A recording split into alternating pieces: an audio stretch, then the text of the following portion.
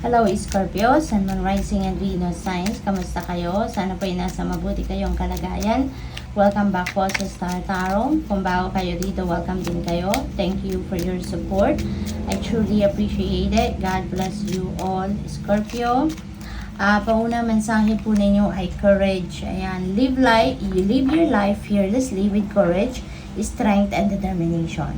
Okay? Kasi, di ba, kung takot tayo, kung lagi tayong nag-worry, lagi tayong natatakot, walang progress, no? Walang progress, walang development, walang asenso, hindi tayo mag-grow, no? Kasi takot tayo. Kaya ngayon, ang invitation sa inyo, live your life fearlessly, no?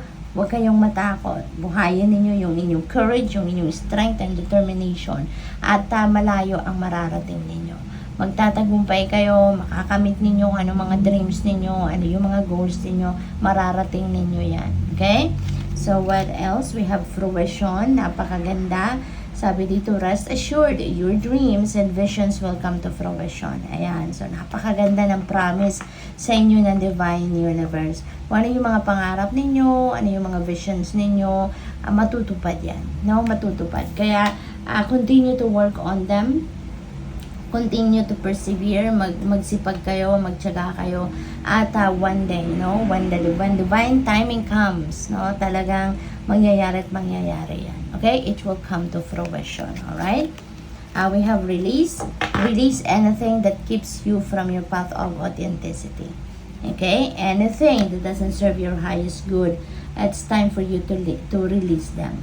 Okay, maaaring hinahanda na kayo ng Divine Universe. Kung ano man itong mga pangarap ninyo, ano man itong mga visions ninyo, maaaring yan ay malapit na dumating, kaya hinahanda na kayo ng universe na dapat meron na kayong lugar para doon. No? At kung ano man yung mga negatibo na lang or clutter na lang sa buhay ninyo, negatibo na lang ang epekto sa buhay ninyo, tanggalin mo na yan so that you can make room for your dreams and visions, diba, to unfold sa buhay ninyo. Okay? So, what else? We have celebration. Celebrate your achievements. You truly are a gift to the universe. Ayan. So, may mga achievements kayo sa ngayon. May paparating na mga achievements. Baka, isa na dyan sa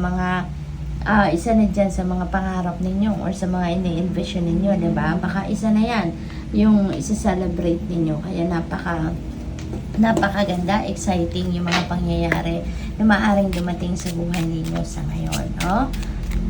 So, enjoy ninyo yan. We have great fortune. Wow, Scorpio. Napaka-swerte ninyo, napakalakas, no, ng energy dito of fortune. At hindi lang pati ito good fortune, but this is great fortune. So, bonggang-bongga, napakalaki, napakabongga. Maaring hindi lang ito sa pera na swerte ninyo, maaring suswertehin din kayo sa mga sa trabaho, sa career, sa pamilya, sa negosyo, no? This great fortune could be, no, could play out sa iba't ibang parte ng buhay ninyo. Gift, wow, napaka-exciting talaga ng araw na to para sa iyo. There is a gift na matatanggap din ng iba sa inyo. This could be, no, something precious, napakakinang naglalagyan. So, parang sinasabi dito na napakahalaga, napaka-importante, napaka-precious na maaring regalo na matanggap ninyo. Okay? This could be also something na tawag dito, non-tangible. So, maaaring opportunity ito. This could be a golden opportunity, Scorpio. What else? We have courtship. Ayan. So, ang iba siguro sa inyo dito, may kaligawan, or nagliligawan, or merong liligawan, or merong nililigawan, you know, or may manliligaw. So, pwedeng ganun ang sitwasyon dito para sa iyo.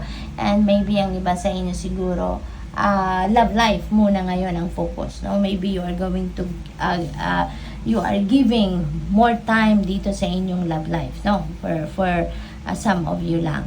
At pwede, no, nasa manliligaw ninyo or sa dinedate ninyo manggagaling ang regalo. So, possible din yun.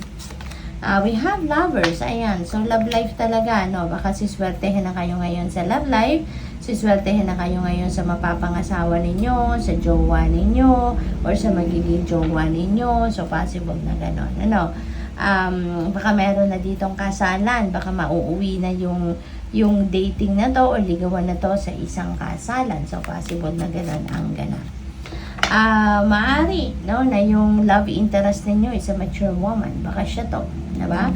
Baka siya to. Baka ito yung mapapangasawa ninyo, ito nililigawan ninyo. Baka siya din yung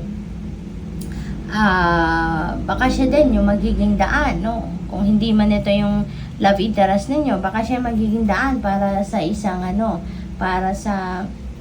love interest na dumating sa iyo. Baka may irareto sa iyo, 'di ba? May imamat sa iyo kung sino man siya. So possible na ganun din ang ganap. Pwede rin, no, na si mature woman could be your parent, could be your mom, or baka someone, no, na will play a significant role sa inyong relationship with your person, or baka dito sa love life ninyo, 'di ba? 34, occupation. Ayan, baka yung love interest ninyo, katrabaho ninyo, no?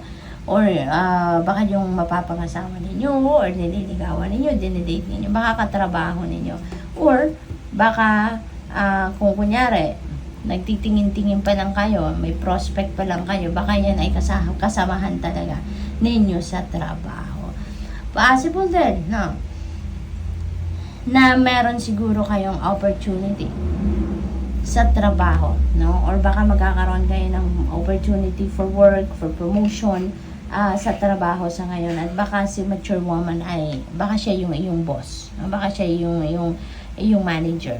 So, good luck. Thank you for watching Love and Light. Namaste.